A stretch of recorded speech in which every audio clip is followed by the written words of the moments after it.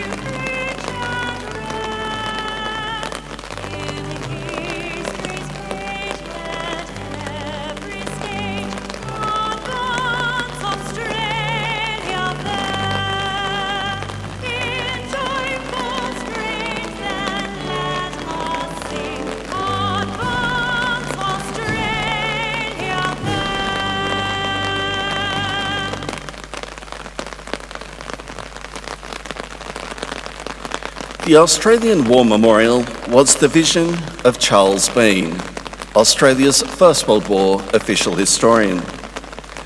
Bean landed with the Australian troops on Gallipoli and stayed with them at the front through to the end of the war. The idea of this national memorial and museum came to him at Pozières, France, in the depths of bloody fighting of 1916. Bean's idea was that this would be a place where families and friends could mourn their loved ones buried in faraway places. It would also be a place that could help all Australians understand what these men and women had endured and what they had done for us. Bean's vision, to which we remain true, is best expressed as inscribed in the entrance to the memorial's galleries. Here is their spirit, in the heart of the land they loved, and here we guard the record which they themselves made.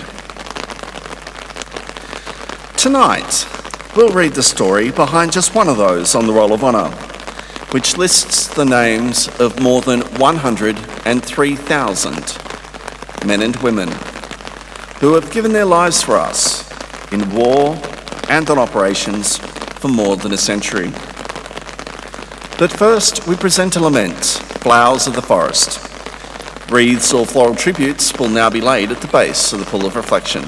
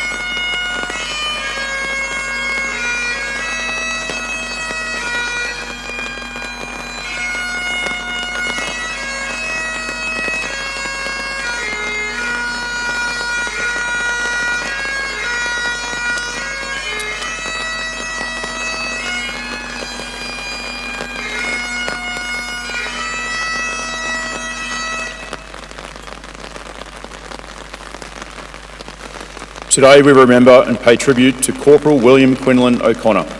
William O'Connor, known as Barney, was born on the 17th of March 1890 to Chris and Catherine O'Connor of Tibooburra, New South Wales. His father had moved to the district from South Australia as a young man, and Barney was born while his father worked driving a coach from Wilcarnia to Tibooburra. Chris O'Connor later ran the Yantara Hotel, moving to Milpakarinka. Barney O'Connor was sent to the Sister of Mercy Convent School in Broken Hill before moving to Packsaddle Station with his parents at the age of 14. Barney O'Connor went to work as a stockman, becoming the overseer of Packsaddle and Modern stations.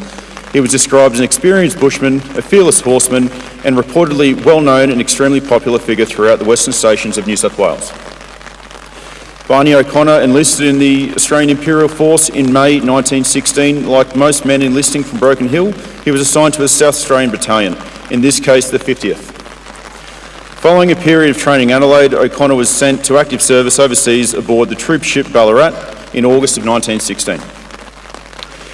He had another period of training in England and was sent to fight on the battlefields of the Western Front in December 1916. Private O'Connor arrived on the battlefield after vicious fighting of the Somme campaign had ended and the bitterly cold winter of 1916 and 1917 set in. He spent the following months rotating in and out of the front line with his battalion as the fighting began the following year. On the 2nd of April 1917, the 50th Battalion attacked the French village of Nauru as part of a wider effort to breach the Hindenburg Line near Bullecourt. Private O'Connor was with 5 men who encountered a large party of Germans firing machine gun from behind a barricade. O'Connor shot the German machine gunner and fired upon the rest of the party, while one of his companions, Private Jorgen Jensen, rushed the post and threatened the enemy with 2 bombs. The German garrison surrendered. This action contributed to Jensen receiving a Victoria Cross for his work in Nauru, and O'Connor awarded the Distinguished Service Medal, Most Conspicuous Gallantry in the Devotion of Duty. O'Connor remained with his battalion throughout the heavy fighting of Mezzanines Bridge, and in August was promoted to corporal. About 6 weeks later, he was wounded in action, suffering shell wounds to his back and thigh. He was evacuated to England and spent recovering time in Dartford, Weymouth, before being sent to the convalescence camp in Sutton Vaney. The inactivity of life in England did not suit Barney O'Connor, and in the early 1918, he was fined for being absent without leave. Not long afterwards, he was sent to rejoin the 50th Battalion on the Western Front. In late March 1918, the Germans launched a major offensive and the 50th Battalion was deployed to defend the positions south of the river in Encourt. It helped defend against the largest German attack against the Australian Imperial Forces at Dunencourt. In early April, before being moved to Villers-Bretonneux, this was the last village before the railhead at Amiens and had fallen to German hands before the offensive. During the night of the 24th of April 1918, the force of the 50th Battalion launched an attack to recapture Villers-Bretonneux. After a desperate fight, the Germans were ejected and the town at the back was back in Allied hands. The 50th Battalion, a central part of the recapture of Villers-Bretonneux, suffered a significant number of casualties in the process. Little is known as the manner of Corporal Barney O'Connor's death, although the South Australian newspapers reported it came while leading his men in a brilliantly successful attack. His body was lost in the vicious fighting. And today he is commemorated at the Australian War Memorial at Villers-Bretonneux, and he was 27 years old. His name is listed on the Roll of Honour to my right, among 62,000 Australians who died while serving in the First World War. His photograph is displayed today at the side of the Pool of Reflection. This is but one of the many stories of service and sacrifice told here at the Australian War Memorial.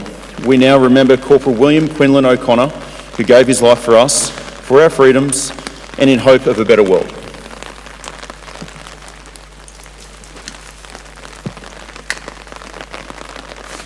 Please stand for the reading of the Ode and the sounding of the last post.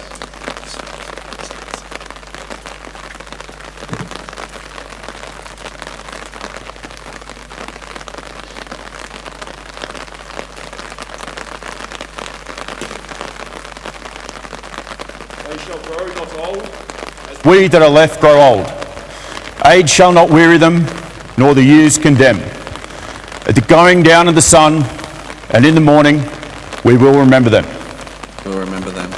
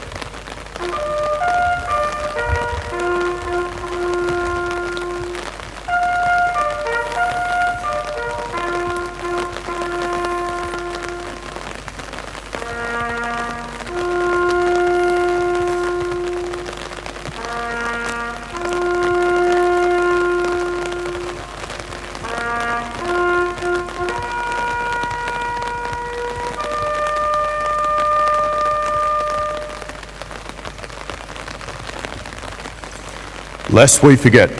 Lest we forget.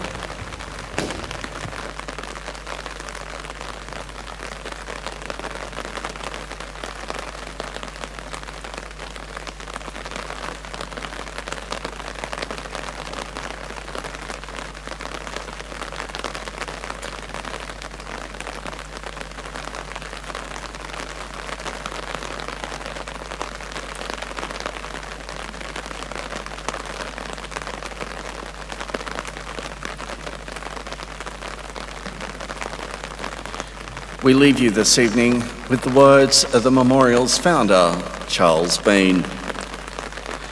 Many a man lying out there at Pozières or in the low scrub of Gallipoli with his poor, tired senses barely working through the fever of his brain has thought in his last moments, well, it's over. But in Australia, they will be proud of this. Ladies and gentlemen, girls and boys, that concludes the last post ceremony. On behalf of the Director and staff, thank you for visiting the Australian War Memorial today and for your continued support of the Memorial's development project. And we wish you all a very pleasant evening. Thank you.